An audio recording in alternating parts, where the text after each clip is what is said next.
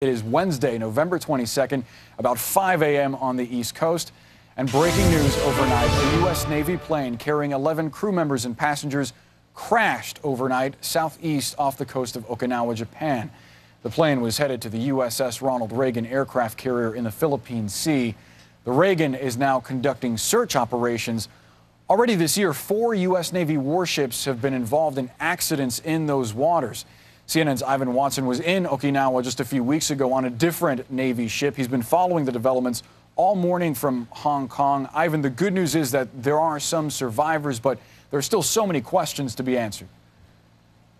That's right, and we don't know the current state of those survivors. Those details coming from the Japanese defense minister, who says that 8 of the 11 passengers and crew have been rescued from what he identified as a C-2 transport plane. Now, that is an aircraft fixed wing that has 2 propellers and is used by the Navy to land on board aircraft carriers and then be catapulted off, transporting people back and forth. And the Navy says in its statement that the crash took place within the last 5 hours in the Philippine Sea, somewhere off the coast of the Japanese island of Okinawa. It hasn't explained why the plane crashed, and says that the search and rescue operations are still underway. The Japanese say they have dispatched ships to assist in this process as well. The plane was flying, according to the U.S. Navy, to the U.S. aircraft carrier Ronald Reagan, which had just days ago been conducting exercises alongside 2 other aircraft carriers in the Asia-Pacific region, exercises and a demonstration of military might that greatly angered North Korea, which, of course, is at odds with the U.S. right now.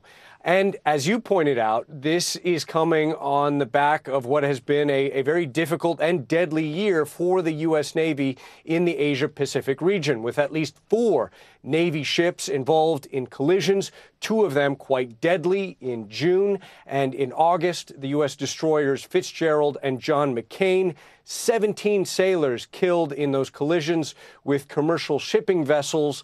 And the U.S. Navy concluded that those accidents could have been avoided, fired a number of top Navy officers, and concluded that they were the results of mistakes by commanding officers. Yeah, Ivan, a vice admiral with the 7th Fleet of the Navy was relieved of his duty over that. We'll see if any changes come as a result of this accident. Ivan, thank you for following that story for us. And we're following breaking news overnight. A U.S. Navy plane carrying 11 crew members and passengers crashed southeast of Okinawa, Japan. The plane was headed to the USS Ronald Reagan aircraft carrier in the Philippine Sea. 8 people have been pulled alive from the water, but the Reagan is still conducting search operations. Already this year, 4 U.S. Navy warships have been involved in accidents in these waters. CNN's Ivan Watson was in Okinawa a few weeks ago on a different U.S. Navy ship. He's been following the developments all morning for us from Hong Kong. Ivan, what more are you learning?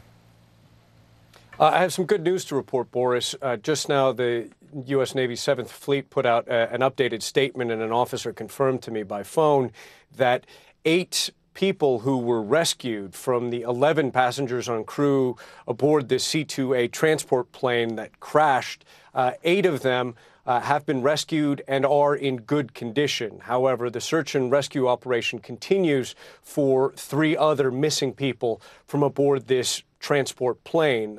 A Navy public affairs officer also saying that the plane was believed to be en route to the USS Ronald Reagan when the crash happened. We still don't have an explanation for why or how close the plane was to the aircraft carrier itself when the crash took place. For instance, was it on the final approach? And these planes, these transport planes, which have 2 propellers, they land aboard the aircraft carrier and then they use a hook and cable system to come to a screeching halt. I've flown aboard a U.S. aircraft carrier on this very type of plane, and you come to a jerking halt when you land. So we don't know how close it was at that moment when the crash took place. So the search and rescue operations do continue. As you pointed out, this comes during what has been a very difficult year for the U.S. Navy's 7th Fleet in the Asia-Pacific region. There have been 4 collisions with ships this year.